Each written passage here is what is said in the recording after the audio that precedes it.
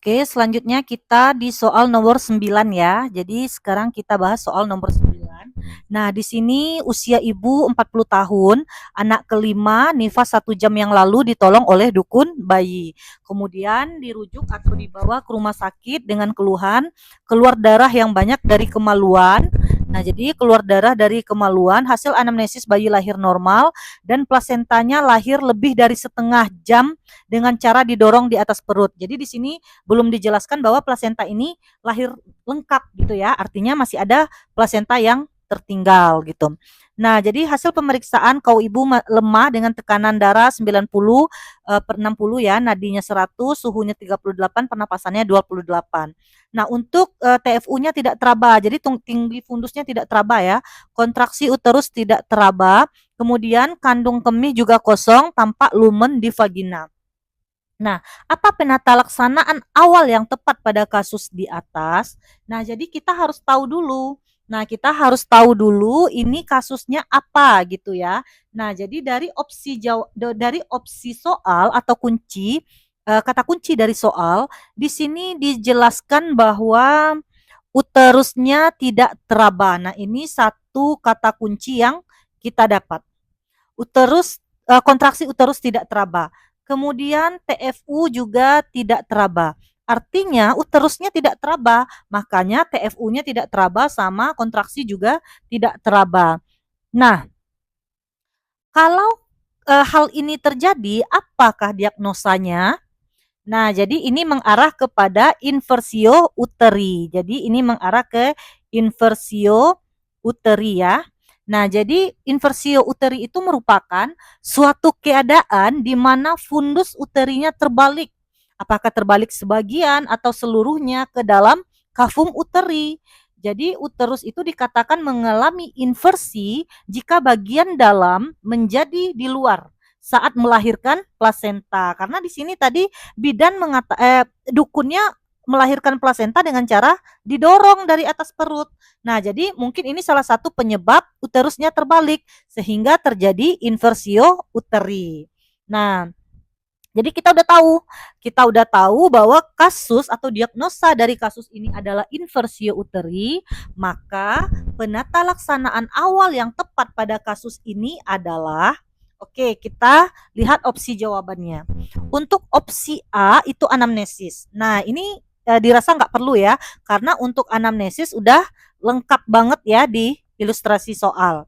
Oke, kita anggap anamnesis kurang tepat.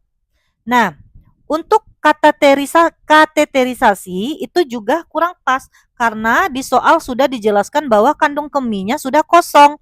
Jadi kalau kandung kemih kosong artinya kita tidak perlu melakukan kateterisasi lagi, oke? Nah, kemudian kita lanjut ke opsi yang ketiga. Nah, pasang infus. Nah, ini kita skip dulu ya. Nah, karena untuk pasang infus itu sangat diperlukan pada kasus inversio uteri. Karena di sini ibunya sudah menunjukkan gejala shock ya. Ibu sudah menunjukkan gejala shock, tekanan darahnya juga udah mulai menurun di angka 90 per 60 ya. Nah, jadi untuk penata laksanaannya untuk pasang infus itu sangat diperlukan. Jadi kita skip dulu untuk jawaban yang C ya. Nah, kita lanjut dulu di jawaban yang D. Reposisi uterus. Nah, pada kasus inversio uteri, nah reposisi uterus ini memang sangat dibutuhkan. Tapi sebelum ini dilakukan, perlu dilakukan dulu atau perlu kita stabilkan dulu sirkulasi ibu. Nah, bagaimana cara menstabilkan sirkulasi ibu? Salah satunya dengan memasang infus. Nah, artinya antara reposisi dan pemasangan infus itu lebih ke tindakan awal yang pertama kita lakukan adalah pasang infus dulu. Nah, artinya di sini kan ditanya awal, berarti reposisi kurang tepat karena dia harus pasang infus dulu baru dilakukan reposisi. Nah, kemudian diberikan oksigen. Nah, di sini sirkulasi darah ibu atau sirkulasi ibu kan masih kurang di sini masih kurang stabil ya. Nah, karena ibunya mengalami perdarahan yang banyak, jadi keluar darah yang banyak gitu.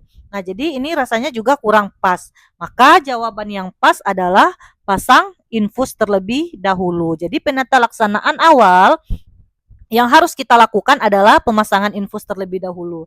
Jadi untuk kasus inversio uteri itu penata laksanaannya yang pertama ya, itu kita lakukan pengkajian ulang. Nah, di soal sudah kita lakukan pengkajian ulang. Setelah itu kita lakukan pemasangan infus. Nah, setelah itu baru kita berikan petidin atau diazepam ya dalam sped yang berbeda secara perlahan-lahan atau anestesi umum yang kalau memang diperlukan. Kemudian baru basuh uterus dengan antiseptik dan tutup dengan kain ya basah atau NaCl hangat. Nah, menjelang dilakukan operasi atau tindakan lain. Kemudian baru dilakukan reposisi. Nah, jadi itu yang perlu kita pahami tentang penata laksanaan kasus inversio uteri. Oke, semoga bisa dipahami ya.